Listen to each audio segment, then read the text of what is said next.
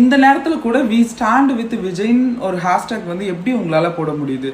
என்னை பொறுத்த வரைக்கும் வி ஸ்டாண்ட் வித் விஜய் அப்படின்றது வந்து ஒரு தவறான முன்னோட்டம்.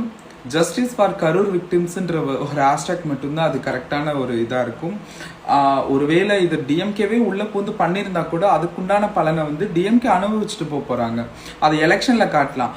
பட் உங்களுடைய ரசிக மனப்பான்மையிலிருந்து கொஞ்சம் தொண்டர் மனப்பான்மை நிலைக்கு நீங்கள் எப்போ தான் வருவீங்கன்றது தான் எங்களுக்கு கேள்வியாக இருக்குது. உங்களெல்லாம் பார்த்தா பயமாக இருக்குன்னா உங்களால் தமிழ்நாடு எந்த நிலைமைக்கு போகும் அப்படின்றதையே எங்களால் யோசிச்சு கூட பார்க்க முடியல. இதுக்கிடையில வந்து ஒரு திருநங்கையோ ஒரு பெண்ணோ தாவேக்கா விமர்சித்து ஒரு வீடியோ போடுறாங்க அப்படின்னா அவ்வளோ ஹேட்டட் கமெண்ட்ஸ். அந்த பொண்ணை வந்து நீங்கள் வந்து ஒரு ஓப்பனாகவே சொல்லணும் அப்படின்னா தேவடியா அந்த ஒரு வார்த்தையை வச்சு ஒரு பெண்ணை எவ்வளோ தூரம் நீங்கள் விமர்சிக்க முடியுமோ அவ்வளோ தூரம் விமர்சிக்கிறீங்க. இப்போ ஏன் இப்போ இந்த வீடியோ போஸ்ட் பண்ணால் என்னோட கமெண்ட் செக்ஷன் முழுக்க கண்டிப்பாக 9 அலி அவன் இவன் இந்த மாதிரி தான் பேச போகிறீங்க. ஸோ எனக்கு அதை பற்றிலாம் எந்த கவலையுமே கிடையாது.